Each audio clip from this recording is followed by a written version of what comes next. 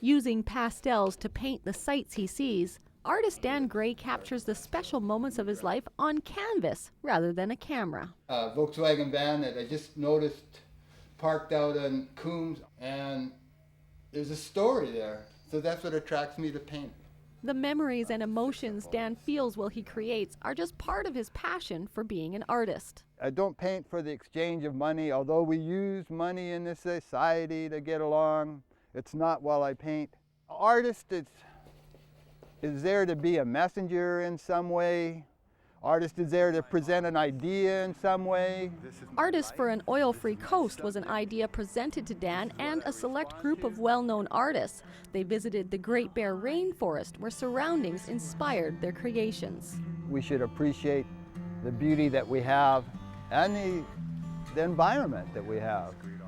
So when I get the chance to do something like this, to use my painting for a mission, I try and look at the reward.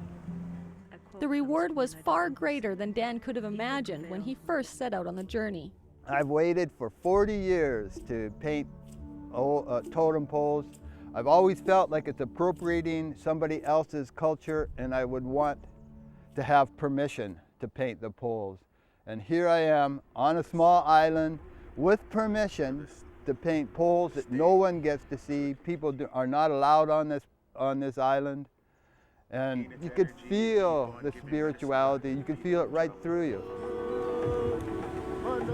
The group was guided by fellow artist Ian Reed, a First Nations carver who shared stories about culture and history of the area. So I started sitting next to him on the boat and just waiting for him to bring up these stories, and we got along great. So we ended up painting together and carving together. Ian says, "I'm going to announce at dinner that we are brothers." And I thought, oh, what's going on? Being referred to as someone's brother meant a lot to Dan, who was an orphan and has always felt alone. But he didn't only gain a brother on this journey. Ian takes me around to the oldest pole and says, "Dan, I want you to meet your ancestor." And I've just stunned. We all have ancestors, and I just didn't know mine. It shows that the type of journey that we're on.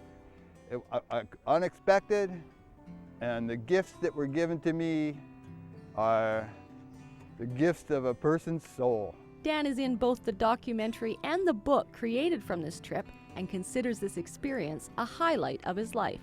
I didn't realize that the kind of strength that something like this can give you. This might be the best. This might be the peak of my journey on this planet, to be standing on the island with my brother and being introduced to my ancestor. Who could imagine? Though it may be the Mount Everest of Dan's journey so far, I'm willing to bet this isn't the last of the amazing work we will see from Dan Gray. In Arrington, I'm Kelly Robinson.